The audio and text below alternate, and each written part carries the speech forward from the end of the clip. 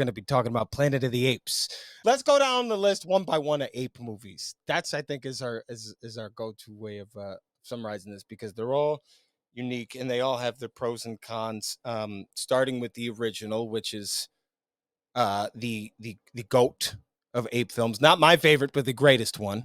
1968, Arthur P. Jacobs and his wife Natalie Jacobs, who was in the sequel. We'll get to that and how the franchise sort of after the first one came out. He was sort of the visionary behind it and brought it from page to script, adapted from that novel Monkey Planet, which is just a horrible book. The bad guy in those movies is Dr. Zaius, and he was right, because his whole position is man is evil, capable of nothing but destruction, which we get is this line at the end of Beneath the Planet of the Apes, at the end when they get to the Alpha Omega bomb.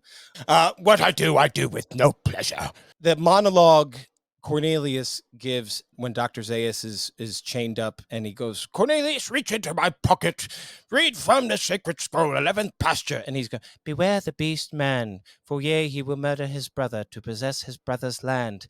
That whole monologue is so powerful, and it's so, as a viewer, you're watching it going, are we the bad guys? Are we the drama here? Everything he's saying, he's right. Bar after bar. Yay, he will murder his brother to possess his brother's land.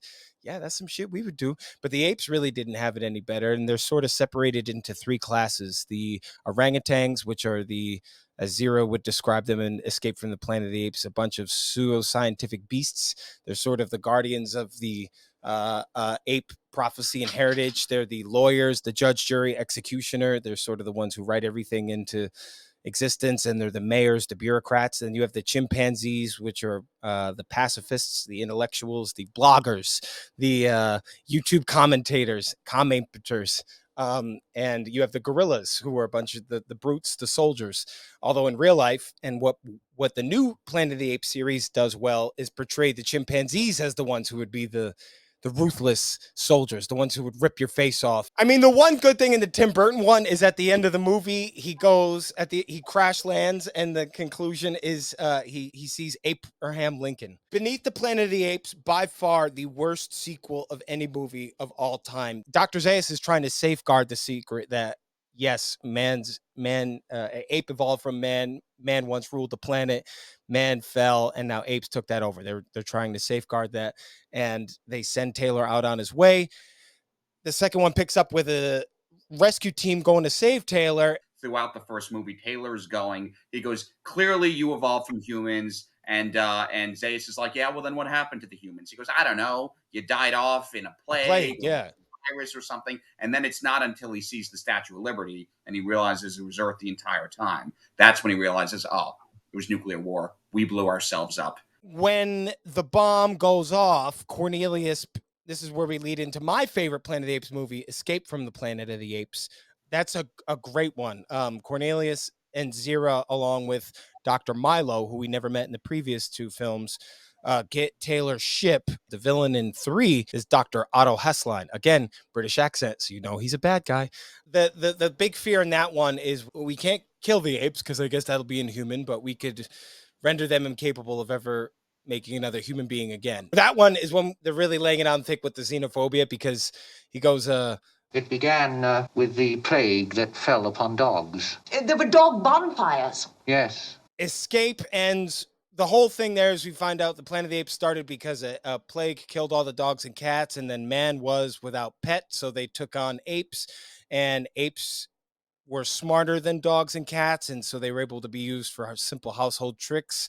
And then it evolved into slavery, and apes became alert to that concept. And in Cornelius's story, the ape's name is Aldo, and Aldo rose up and said no. In Escape from the Planet of the Apes, when Zira gives birth, that's also Ricardo Montalban is in it. He has a great line, and she goes, why did you do this? Oh, because I love chimpanzees more than all apes, and you more than all chimpanzees. And if it is man's destiny to one day be dominated by apes, then so let them be dominated by apes such as you. And that one, the fear It's Cornelius and Zira. Zira gives birth to a baby.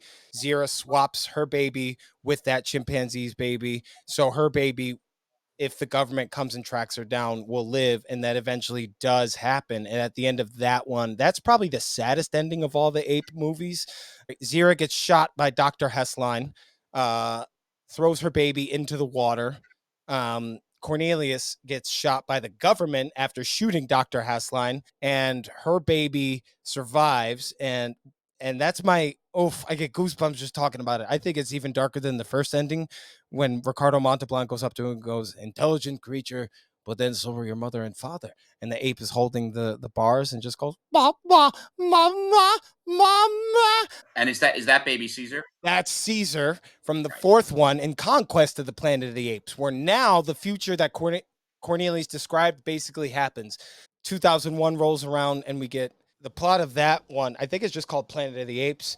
So that one, Mark Wahlberg and his ape Pericles, he goes through an ape simulation, and they're training apes he goes out into space and gets lost in a time hole, and Mark Wahlberg goes and chases after him, and it's basically the same thing as the first one. But the highlight of that one is Paul Giamatti as an ape. He played Limbo. In 2011, they've decided to relaunch the ape franchise. So Rise, we have James Franco, and he's a scientist, and he's working for a drug company trying to find the cure to Alzheimer's. And this is especially important to him because his dad, played by John Lithgow, has Alzheimer's. So Will is working at the pharmaceutical company, and he thinks he has a breakthrough because one of the apes, Bright Eyes, she starts showing massive signs of intelligence. And the executive at the pharmaceutical company, because he's a dick, is like, "This doesn't work. We got to kill all the apes." James Franco's character knows that if he tells the executives about the ape, Bright Eyes' son, he'll be killed. So he takes Bright Eyes with him home. He kind of raises him as his pet. They name the son Caesar, and then James Franco injects John Lithgow, his father, with the drug, and it ends up bringing back John Lithgow's intelligence in just kind of an Alzheimer's phase. He goes into a car, ends up hitting his neighbor's car. The neighbor starts up with him. He doesn't realize that John Lithgow's Alzheimer's. So Caesar sees this happening, but when he sees his grandfather being attacked, Caesar attacks the neighbor, bites off his finger. He decides to break into Will's house. He takes all the drugs that made him intelligent. He gives it to all the other apes in his facility. So then the executive at the pharmaceutical company, he continues testing the drug, but he tests a newer, more advanced version of the drug. He's testing it on this ape called Koba. By the end of the movie, James Franco is trying to get Caesar home, and he's like, "Caesar, home!" And he goes, "Caesar is home."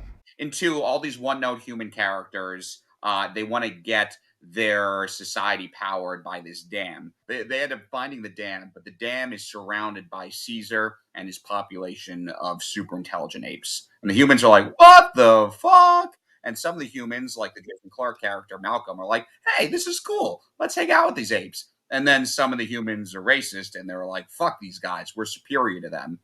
And Caesar's cautious of humans because of the experience he had with Draco Malfoy. And he's like, "I don't know if I really trust these guys." He goes, "But I want to give them the benefit of the doubt." And Maurice and Rocket and like his wife Cornelia, they're like, "We're with you, Caesar."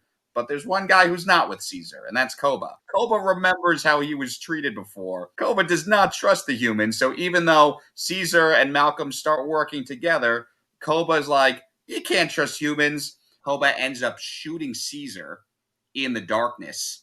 And so he frames the humans for it. Then he goes, "Look, someone just shot Caesar and they used a human gun to do it." Koba is like riding a horse. He's wielding like double machine guns. He's fighting a tank. There's C4 explosives everywhere. It's fucking nuts. But Caesar ends up revealing that he survived actually. And he has Koba in a very like Scar to Mufasa type kind of reversal. He has Koba by the arm. Koba's like, "You're going to save me, right?" And Caesar's like, "Nah, brah." And he drops him to his death. So we cut to 2 years later where the humans and the apes are at war. And any ape that followed Koba is completely disgusted with Caesar. And they end up joining forces with the humans. And the humans are led by this guy known only as the Colonel, played by Woody Harrelson. How would Christopher Walken explain the rise of the War for Planet of the Apes? This conflict, I mean, there's a lot of things. First off, these apes, they're talking. That's crazy. But there's this bald guy, he was a colonel. He'd be like, I'll be damned if these damn dirty apes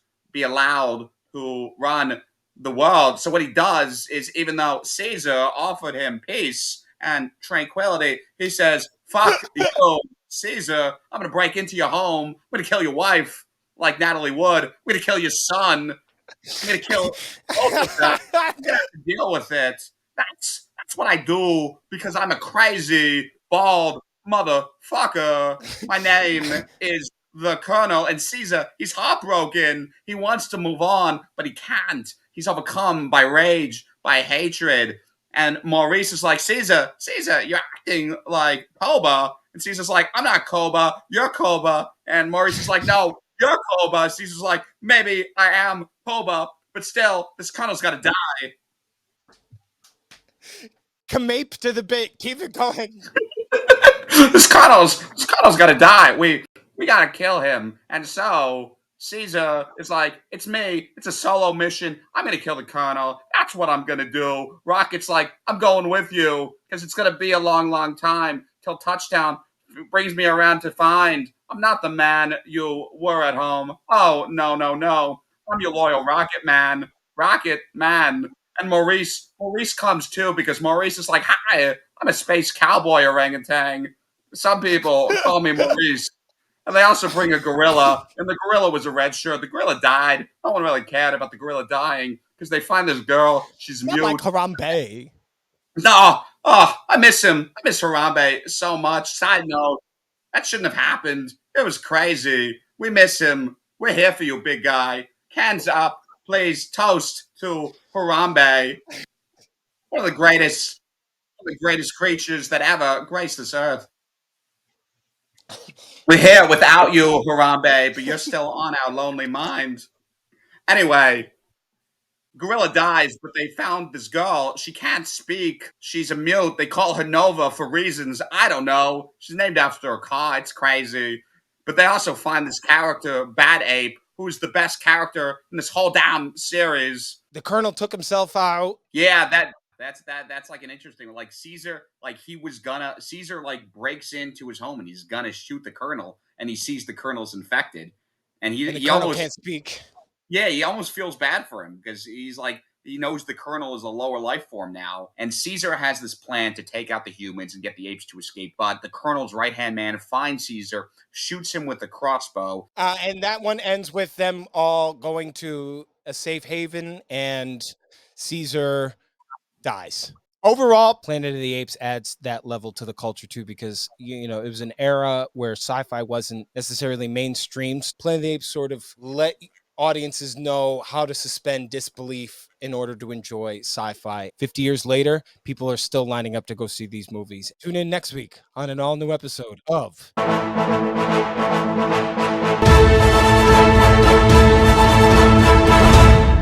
Hey there, true believers, it's me, Stan the Man Lee. Gee whiz, wasn't that a spectacular video? If you like that and want more, try clicking one of the videos you see on the screen now. And don't forget to like this video and subscribe for more. And as always, true believers, Excelsior!